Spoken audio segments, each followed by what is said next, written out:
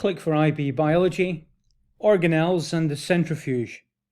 There's a blank PDF of this presentation down in the description where you can annotate your own notes as we go along, but there's also down there a 10-question quiz with answers so that you can check your progress and your understanding as we move forward. So when we're thinking about organelles, this includes all of the ones bound by lipid membranes, such as the mitochondria and something like the chloroplast, but also we want to include within our study ribosomes, vacuoles, and vesicles. Each of these organelles should be thought of as a specialized region of chemistry, so that when we look at an electron micrograph, we can start to learn to recognize structures such as these, which are the mitochondria, or these here, which are the rough endoplasmic reticulum, and start to associate their shape with being a container of specialized chemistry. So within each organelle, we should associate that with a particular kind of chemistry. So of course, in the mitochondria, that would be the aerobic respiratory chemistry. And these organelles isolate one piece of chemistry from another. And for exchange to occur, that would have to take place across the membranes of those organelles.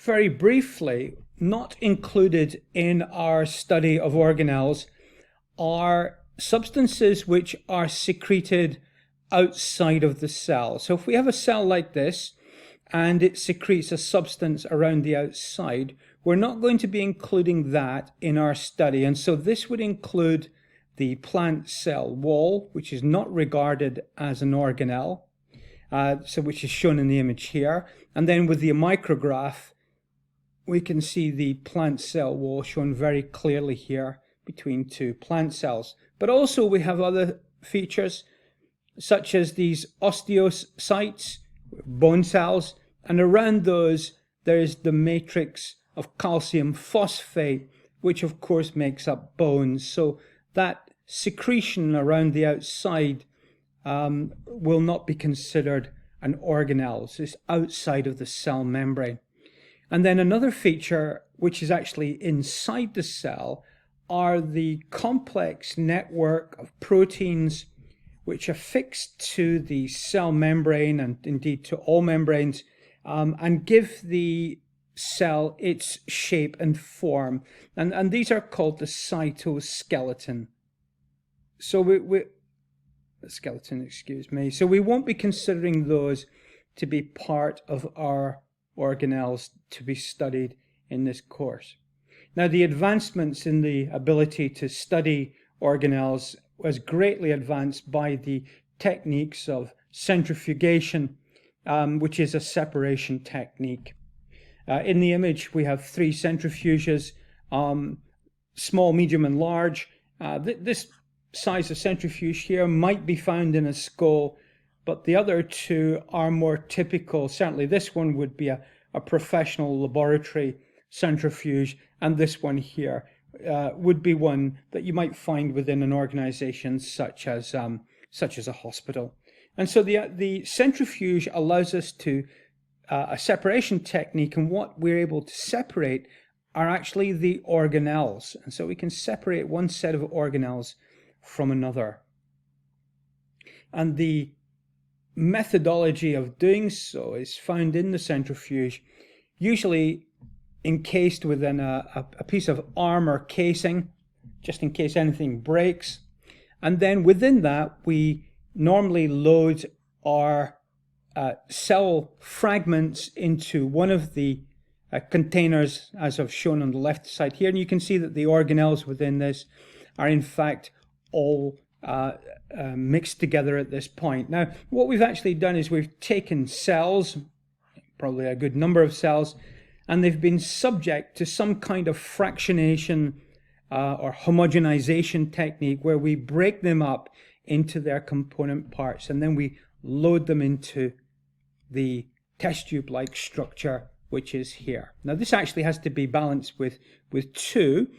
And so before our centrifuge begins, the component parts of the cell are all mixed up. And then we turn on the motor and there's rotation.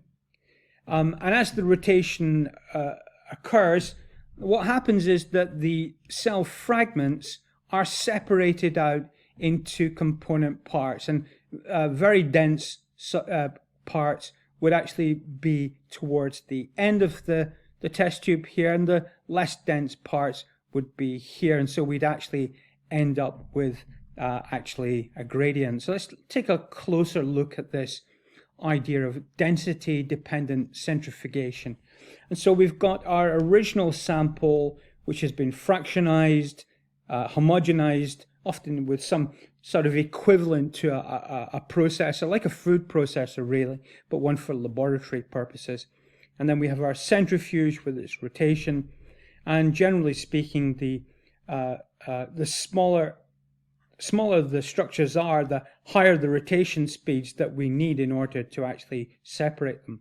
They are suspended in sucrose or cesium chloride solutions, and then as they begin to speed and rotate, when the density of the component parts is equal to the density of that particular part of the suspensed liquid here, like sucrose and cesium chloride, then it would create these separated bands like that. And you can see that the more dense ones would go to the bottom, something like a mitochondria or a chloroplast, and the less dense structures would occur towards the top, such as a ribosome would end up at the top here.